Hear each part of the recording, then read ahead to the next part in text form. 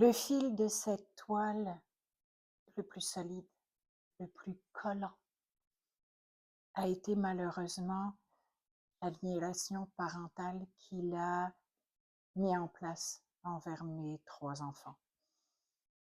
Il ne se gênait pas pour me salir, pour me rabaisser aux yeux de mes enfants, pour mettre la moindre responsabilité de quelque chose. On ne pouvait pas sortir pour aller à telle place, c'était de ma faute parce que oh votre mère, elle a une autre excuse.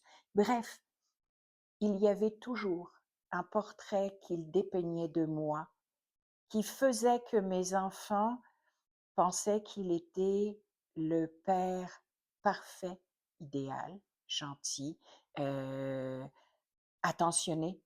Alors que moi, j'étais, tout le temps à compter après les sous, à, ne pas vouloir qu'on fasse telle et telle activité parce que, c'était pas raisonnable, tout plein de petits exemples comme ça. Alors qu'en fait, je faisais tout pour justement pouvoir passer des moments de qualité avec mes enfants et que lui les refusait. Mais non, il s'arrangeait toujours pour que ce soit de ma faute. Et puis, il les achetait des jouets, achetait des cadeaux, en disant ah, tiens, regarde, je t'ai pris ça aujourd'hui. Ta mère, elle voulait pas, mais je te l'ai acheté pareil. Tout petit fil après petit fil, tissé autour de mes enfants, me rendait de plus en plus fragile. Et puis, il y a aussi cette phrase tranchante quand la séparation a été envisagée. Il n'y a pas un juge qui te donnera la garde des enfants. Voyons donc, t'es zéro responsable. En plus, tu n'as même pas le salaire conséquent pour répondre à leurs besoins. Et puis, ils voudront même pas aller vivre avec toi. Ça bloque, ça bloque. Je restais.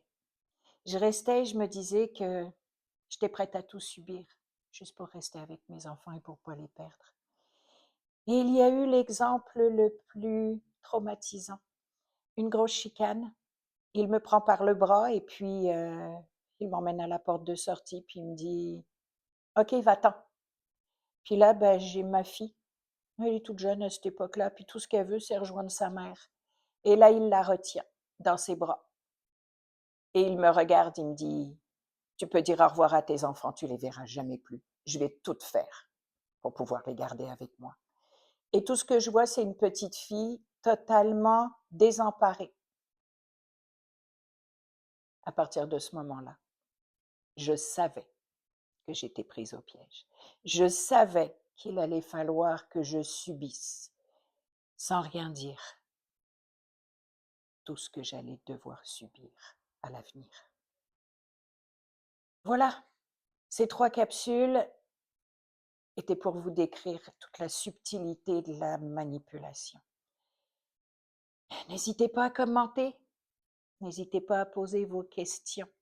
Je vais y répondre avec grand plaisir. Demain, une autre capsule sur le syndrome de Stockholm. Vous comprendrez mieux pourquoi on est vraiment, vraiment pris au piège quand on est dans ce genre de relation.